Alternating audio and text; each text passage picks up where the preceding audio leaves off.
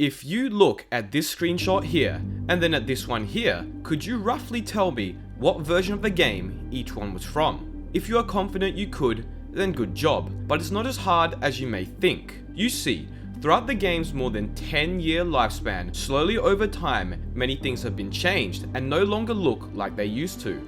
Not only that, with the game's increased modding development, as well as community projects and resource packs, Minecraft has come a long way visually. And not even just the community, with the recent RTX support from not only prominent modding figures such as Sonic Ether, but also from Nvidia, the game has begun to look like something one could only dream of a few years ago.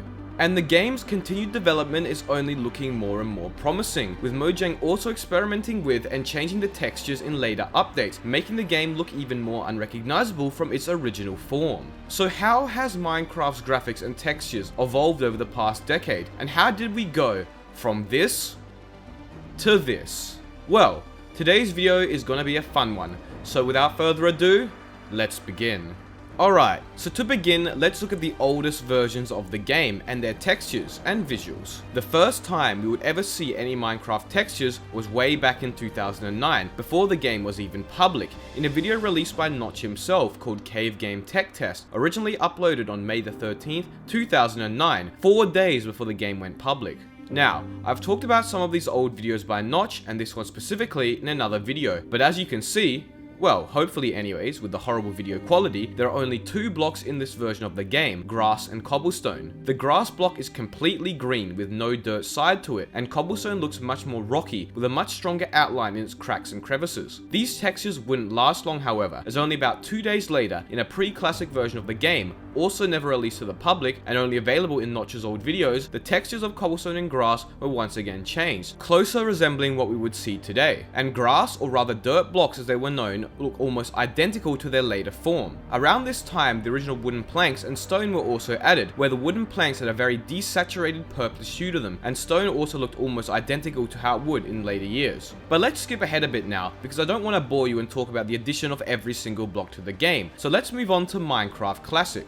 During Minecraft Classic, we saw the addition of many of the blocks which remain core to Minecraft to this very day, including wood, sand, leaves, glass, coal ore, iron ore, gold ore, and more. And many of these textures still look almost identical, or didn't see any changes at all for the better part of the game's life, proving that Classic was a very influential phase in Minecraft's development. That being said, there is a major recognizable difference, and that is of course the grass and the leaves. Back in this version of the game, biomes did not yet exist, so grass and leaves were always one color, and this color was very neon and bright, really standing out. This neon-colored grass and leaves is one of the most commonly associated features of early Minecraft, lasting all throughout Minecraft InDev and InfDev, not receiving any changes until later Minecraft Alpha versions, where development of the game really began to pick up.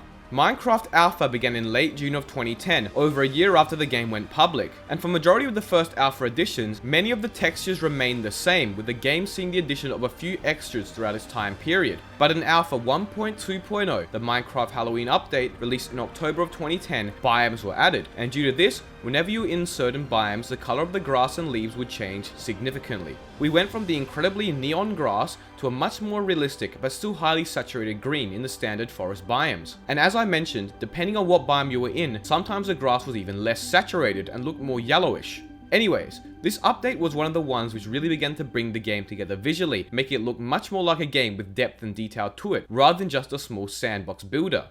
Many of the blocks in this version of the game would continue to look the same way for years to come. One other addition around this time was the option to choose between fast and fancy graphics, with fast changing the look of textures such as leaves. Moving into Minecraft Beta, and the game kept on becoming more and more polished. There weren't any major changes to block textures, with grass, cobblestone, and only a few other blocks receiving minor updates. But more notably around this time, the Minecraft community had grown substantially, and due to this, community content had become much more prominent. And in early January of 2011, one of the most famous and game-changing Minecraft mods of all time would be developed, GLSL shaders, originally created by Dax Nitro and released on the Minecraft forums. But before we get into that, consider subscribing, as only a small percentage of you guys are actually subbed, and it really helps me out. Now at its core, this mod wasn't anything crazy like the shaders we have today, and it was very GPU and CPU intensive for the time. It supported waving grass and leaves, a cool cartoony cel-shaded look, and bump and specular mapping, which was likely the best feature at the time, which added depth, reflections, alternate lighting, and depth of field, blurring things that weren't directly in your line of sight. And this was massive at the time, as just remember that we are still in Minecraft beta here, and yet the textures look almost like those super realistic resource packs and whatnot we have today. And about a year later, shaders had really developed, adding dynamic shadows, starting to look like what we would know today.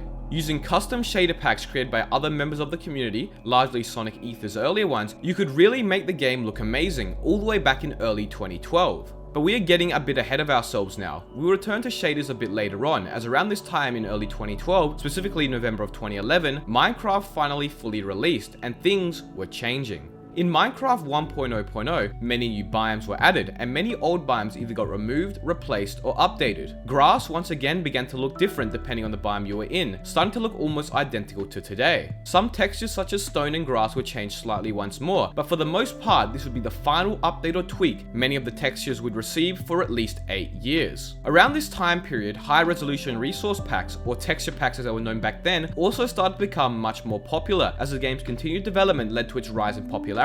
Now, the difference between high resolution texture packs and low resolution or standard ones is how many pixels make up each block. So for example, normal default Minecraft vanilla textures have 16 little squares that make up the length of each side of the block. This means that the current textures are 16 by 16. If we use a 32 by 32 resource pack, then you can see that there are 32 pixels on each side of the block, and therefore the block contains 4 times as many pixels in total, being much more detailed. Texture pack resolutions can get really high, with many 512 by 512 resource packs not even having visible pixels on the blocks. But with each increase in resolution, performance gets worse and worse, with some of the higher quality 512 by 512 resource packs running very poorly. Anyways, with the increasing variety of Minecraft texture packs, it wouldn't be long until certain ones would stand out, becoming much more popular for not only their unique textures, but also for their quality. There were many that could be talked about, but I just want to discuss and briefly mention one which was very popular throughout 2011, 2012, and 2013, and that was LB Photo Realism, a texture pack with over 2.5 million downloads. Now, this resource pack was one of the first to majorly overhaul Minecraft's default textures, not only going for a drastic increase in resolution, but also changing the textures to look far more lifelike and detailed. And while it doesn't hold up as well 10 years later, you can imagine how good it would have looked back in the earlier days of the game. Couple it with even the most basic of shaders and you can see why it looks so good and became so popular. And this resource pack would pave the way for even more realism resource packs in the future, some of which also accumulated substantial popularity.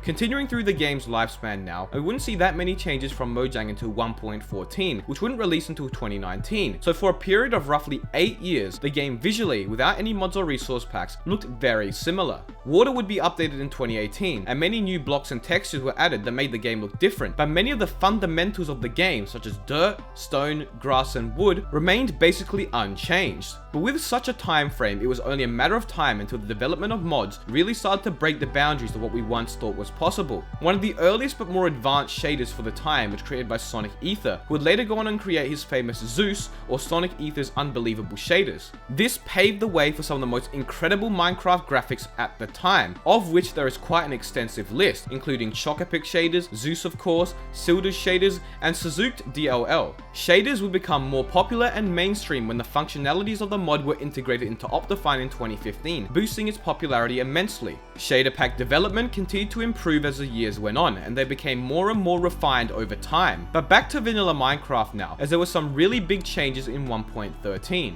With the release of Minecraft version 1.13 in 2018, Mojang also released their new and updated version of the Minecraft textures, created by lead artist Jappa. But you would have to externally download them. They weren't actually added into the game in this update. Well, almost a year later in early 2019, with the release of 1.14, the new textures would now be selected and enabled by default. Now, this texture update changed almost every texture in the game besides a few iconic ones like creepers. And in general, most block textures were made far more smooth, with the best examples being netherite, sand, and granite. Jappa reduced the depth of a lot of blocks as well, making them look much more easy on the eye, but also slightly less detailed. The best example of this is oak logs. Take a look at all the notches and crevices in the old texture and compare them to the notches and crevices in the new update. Which texture has deeper looking notches and crevices? I think the old textures definitely do. And this theme is consistent across many of the other textures as well. Anyways, at original release there was a mixed reception of the new textures, largely due to the fact that many people had just become accustomed to the old textures, associating nostalgic feelings with them, or just generally disliking change. But there were also many people who liked them as well.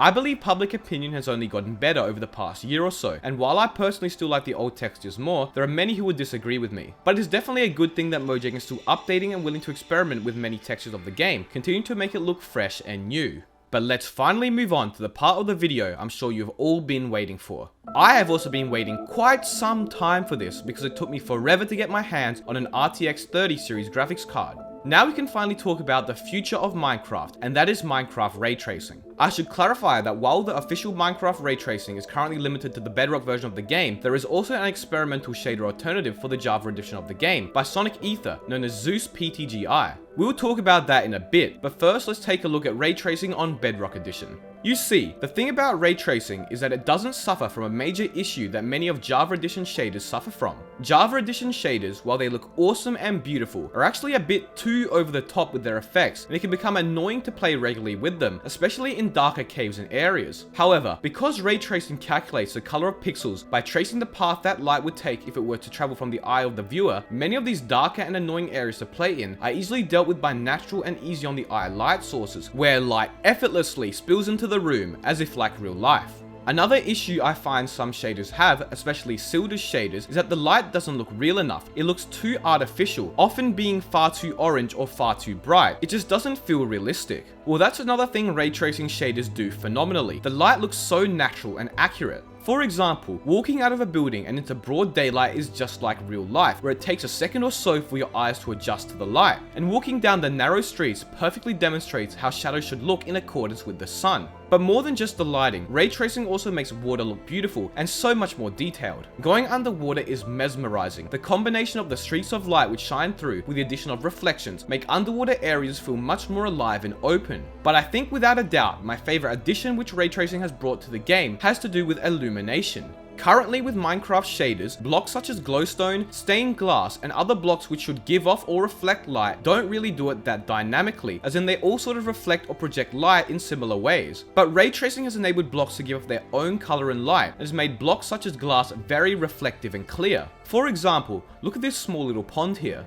Did you notice that it isn't just water, but there's a layer of glass on top? And look at how well it reflects the light around it. This is especially noticeable in rooms with varying light sources. I mean, does this even need any explanation? Look how good it looks. But anyways, I could go on and on and on about ray tracing, so let's wrap things up here. Ray tracing is definitely the future of the game, and considering that it's still in beta, it will only improve more in the future. I can't wait to see how they eventually port it to Java, and how incredible it's gonna look. I should also mention before any of you comment about it, that there is a version of Java Edition shaders by Sonic Ether called Zeus PTGI, which actually implements ray tracing into the game without the need for an RTX graphics card, something which is required to use ray tracing in almost every other game. But as mentioned on his website, it is in an experimental alpha version, and there is still much more development that needs to be done. So anyways, that about wraps it up for today. We talked about the history and evolution of Minecraft's textures and graphics, as well as the many changes, improvements, and popular community additions to the game. We then talked about the near future of the game as ray tracing continues to blow everybody away and make Minecraft look more and more realistic. The future is looking very bright, and I for one am incredibly excited. I hope you enjoyed today's video. Be sure to leave a comment and subscribe if you did. Be sure to join the Discord and follow me on Twitter. Links are in the description as usual. Thank you all so much for watching.